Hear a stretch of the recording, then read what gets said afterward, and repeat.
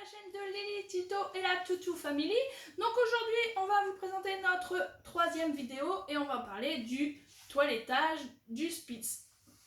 Alors ça c'est notre petite pin-up hein, et bien sûr Petite Tito. La petite Tito qui arrive avec un train de retard. T'as raté ton train? Ouais. Ouais. T'étais déjà en vacances? Oui. Ah bah alors. J'ai bronzé des pieds. Ah bon ça va alors si c'est que des pieds. Tiens. Voilà, je te donne la petite pin-up comme ça. Bon, on va pas prendre le bain en direct de pin-up parce que sinon La vidéo va durer ça va vraiment être très long. Très long. Donc on va plutôt vous montrer tout ce que vous aurez besoin pour toiletter un Spitz. Donc en priorité, nous allons forcément avoir besoin d'une baignoire et de l'eau. Et de l'eau bien sûr. Donc vous aurez besoin également de fleurs de douche. Donc la fleur de douche ça va vous faciliter la tâche pour bien aller vraiment en profondeur. Et Je te lave. dis donc. Donc vraiment en profondeur du poil et faire mousser vraiment le shampoing. Le choix du shampoing est très important. Donc le shampoing, il faut vraiment utiliser un shampoing pour volume, un shampoing à l'huile de jojoba par exemple, vraiment pour des grosses fourrures et avoir un poil soyeux. N'hésitez pas à prendre un shampoing de qualité, vraiment un shampoing professionnel, donc qui est dilué. Hein, vous pouvez trouver chez votre toiletteur, mais évitez également des shampoings, surtout pour nous les humains. Hein, c'est vraiment pas la même chose. C'est vraiment pas la même chose pour le chien. Donc une fois tout ça, donc vous allez prendre votre chien, vous allez le mettre dans votre baignoire et vous allez commencer par le mouiller. Donc pour le mouiller, pour la température de l'eau, vous allez régler votre eau tiède, mais plus vers le froid que vers le chaud. Hein, le poil du chien n'aime pas trop l'eau chaude, il faut vraiment plus partir sur l'eau tiède mais légèrement froide. Hein? Attention, hein, pas de l'eau gelée non plus, hein, mais tiède mais plus vers l'eau froide. Donc vous prenez votre chien, vous le mouillez. Moi c'est gelé. C'était pour te rafraîchir les idées, hein, tu m'as lavé avec des fleurs de douche. Donc vous mouillez votre chien, vous placez votre shampoing et ensuite vous venez avec votre fleur de douche et bien mousser partout. Donc sans oublier les dessous de bras. Hein. Donc le Spitz où il faut également insister, c'est au niveau du train arrière, donc le popotin ici, parce que comme ça de la fourrure et forcément ça a besoin de faire ses grosses commissions, donc il faut vraiment bien nettoyer. Donc une fois que le shampoing est effectué, bien moussé, on rince encore une fois à l'eau claire. Une fois qu'on rince à l'eau claire, vous rincez bien et nous allons appliquer un masque. Donc le masque c'est un peu comme chez l'humain pour nos cheveux. Hein. Donc on met un masque pour avoir des beaux cheveux soyeux et vous voyez. Qu'est-ce que je suis belle. Donc le masque ça va donner de la force à la fourrure, ça va permettre un meilleur démêlage et tout ça, ça va... N'essaye pas de prendre ma bouteille d'eau. Et ça va vraiment venir faire une finition et un démêlage super agréable pour le chien. Ah ma petite pin-up. Tu mouilles aussi toi ma chérie. Bah oui. Donc une fois le masque fait, on re-rince à l'eau claire. Donc on re-rince bien vraiment jusqu'à ce que l'eau soit claire pour ne pas laisser de masque du tout. Le masque il faut le laisser poser 5 minutes. Hein. Après les 5 minutes, on rince et c'est tout. Une fois que le chien est bien rincé, forcément il va se secouer. Donc il va se secouer et ensuite nous, en tant que professionnels, on utilise un pulseur. Donc le pulseur c'est quoi? C'est une machine avec beaucoup de pression. Donc beaucoup de pression que je vais vous montrer d'ailleurs. Donc vous voyez c'est un tuyau comme ça avec un appareil, je sais pas si vous voyez comme ça. Et qui a une pression énorme. Donc sur le Spitz forcément on l'utilise un tout petit peu moins fort, on y a un réglage, hein, on va pas faire décoller le Spitz non plus, hein ma fille, hein, tu vas pas être d'accord. Ouais, c'est ça.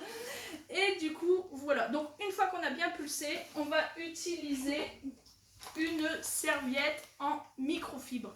Donc la microfibre parce que de 1 ça éponge super bien, c'est une serviette un peu comme nous. hein, que vous trouverez un petit peu partout, et ça sèche super vite. Donc on sèche bien partout, voilà. Hein. Donc vous séchez bien votre chien partout. Une fois l'essuyage effectué, on va procéder au brushing. Pour faire le brushing d'un Spitz, chose très importante, vous aurez besoin d'une brosse à picot souple, hein, je ne sais pas si vous voyez bien, voilà. Donc c'est une brosse à picot souple et qui est également divisée en deux pour bien suivre la ligne et le corps du chien.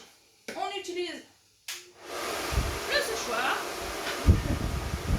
Et tout en séchant votre Spitz, votre chien, votre Spitz, le Spitz se broche à rebrousse-poil. On fait que du rebrousse-poil sur le Spitz. Toujours, toujours, toujours à rebrousse-poil. Les pattes, le dos, tout le temps à rebrousse-poil.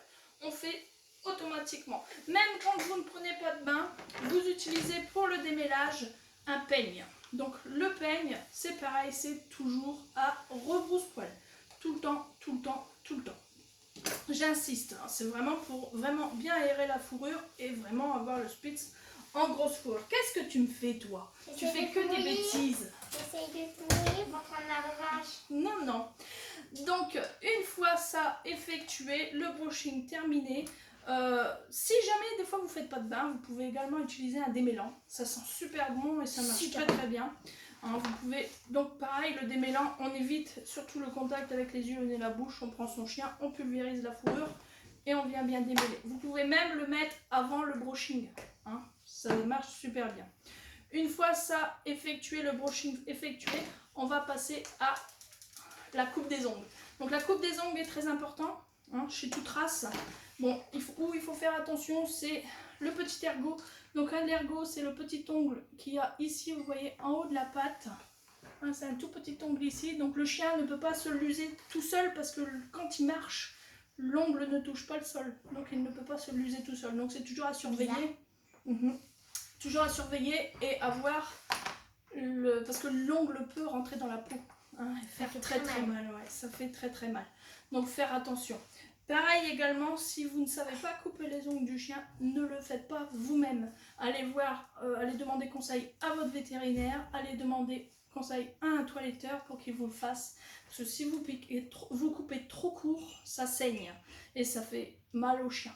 Hein, donc ça sert à rien de jouer les apprentis sorciers et de le faire tout seul alors que vous ne savez pas le faire. Il faut vraiment savoir le faire, hein, j'insiste, ça fait mal. Après, si jamais vous coupez tout seul et que ça vient à saigner, il existe des petites poudres comme ça. C'est une petite poudre de perlimpinpin. de perlimpinpin. C'est une petite poudre qui arrête instantanément. Donc on prend un petit coton-tige, on la trempe dedans et on vient mettre sur l'ongle et ça arrête le sang directement. C'est un peu comme le coalgan chez nous, donc c'est vraiment bien, ça marche vraiment bien. J'ai une question. C'est quoi le coalgan? Le coalgan, c'est pour arrêter le sang quand on saigne du nez, quand on a une blessure, ou on peut mettre un petit bout de coalgan et ça arrête. C'est comme un petit coton en fait, je te montrerai, tu verras. Bah, on n'a jamais mis moi. Bah, je saigne pourtant. Bah oui, mais non, c'est parce que tu saignes pas. Tu saignes jamais du nez. Donc voilà. Donc une fois qu'on a fait la coupe des ongles, une chose également en toilettage que l'on fait, on utilise une petite tondeuse. Une petite tondeuse pour effectuer la coupe, pas une coupe mais l'hygiène. Donc sur l'hygiène, le Spitz, on vient ici donc dégager bien l'anus de votre chien, comme ça quand il fait son gros popo, ça ne reste pas collé dans les poils. On dégage bien également la vulve pour les femelles, pour quand elle fait pipi, donc on dégage bien, attention, il ne faut pas que ce soit trop court non plus. Et si c'est un mâle, bien dégager les poils. Hein, et on peut faire une petite bande juste au-dessus du zigouigoui pour pas que quand il fait pipi, les poils s'imbibent de pipi. Hein. Ce qui est important également à faire, c'est le coussinet. Hein. Donc les coussinets, vous voyez, il y a des poils entre les coussinets. Je ne sais pas si vous voyez bien. Voilà. Donc ces poils, on va venir avec la petite tondeuse les couper et puis les dégager parce que bon, si il marche dans la boue ou quelque chose et après ça sèche, si on ne fait pas attention, il y a des races où bah, ça sèche et ça reste entre les coussinets. Des fois le chien boite, mais finalement c'est un peu comme nous si on avait un caillou dans la chaussure. Ça fait donc pas du bien. Ça fait mal. Après, une fois la coupe des ongles et l'hygiène, on appelle ça donc les coussinets, la vulve ou les zigounettes pour les petits garçons dégagés, hein, on utilise un ciseau Pro. Donc un ciseau qui coupe vraiment bien. Bon, nous on a des ciseaux pro comme Tito le dit, et on vient faire vraiment à l'arrondi, hein. Donc ça c'est vraiment ce qui a besoin d'être coupé chez le Spitz, et des fois on peut faire également à l'arrondi la petite oreille, mais c'est tout. Après bon, il existe la coupe bout chez le Spitz où il est vraiment tondu en forme bout. Donc le bout, la coupe bout on appelle ça parce que c'est le petit Spitz, je pense que tout le monde le connaît, qui a fait le tour des réseaux sociaux, hein. C'est un petit Spitz vraiment tondu, rond, qui a une belle petite gueule comme tout, vraiment trop mignon. Et voilà. Après nous personnellement on préfère laisser la fourrure, ça c'est le goût de chacun, ça s'explique pas. Donc voilà, vis-à-vis du toilettage du Spitz. Après nous on parfume nos chiens pour qu'ils sentent bon. C'est toujours mieux, c'est toujours plus agréable d'avoir un chien qui sent bon quand on fait des câlins dans le canapé, quand il est dans la maison. Bon, forcément, ils vont jouer ensemble, il pleut, tout ça. Ça reste une petite odeur, donc nous, on lave assez fréquemment. Bon, je dis assez fréquemment, tous les 1 mois et demi. Ils sont lavés 1 mois et demi, ouais. Hein. Mais pas non plus trop souvent pour pas abîmer non plus le sébum de la peau. Donc pour parfumer un chien, donc on utilise du parfum pour chien, hein, et non pas du parfum pour humain, hein, c'est vraiment pas la même chose. Donc on prend son flacon de parfum, on vient pulvériser ici et ici, donc au niveau du garrot et au niveau de la coupe. Comme ça le chien ne peut pas se lécher, hein, il ne peut pas lécher le parfum. Surtout éviter le contact avec les yeux. Hein, tout ça, il faut faire attention. Voilà, j'espère que... Je pense qu'on a fait le tour. Après, forcément, il faut faire attention aux oreilles. On fera peut-être une vidéo pour le nettoyage d'oreilles. Aux yeux, les yeux, et la bouche, la petite bouille. Donc on fera peut-être également une vidéo pour toute race confondue, mais pour le lavage des dents, on verra tout ça suivant ce que vous avez besoin. N'hésitez pas à nous mettre en commentaire. Là, je pense qu'on a fait à peu près le tour. On a même fait le bain de Carmen en direct. Donc sur ce, on vous dit à très bientôt pour la prochaine vidéo. Si vous êtes en vacances, profitez bien. Et puis bonnes vacances. J'espère que vous allez revenir tout bronzé. Nous ici, on ne part pas en vacances, mais on peut vous suivre en vacances grâce à nos vidéos. N'oubliez pas de nous mettre des petits pouces. Vous abonner également à notre chaîne pour ne pas rater nos prochaines vidéos. On vous dit à très bientôt, on vous embrasse fort et à bientôt. Je pars. C'est parti.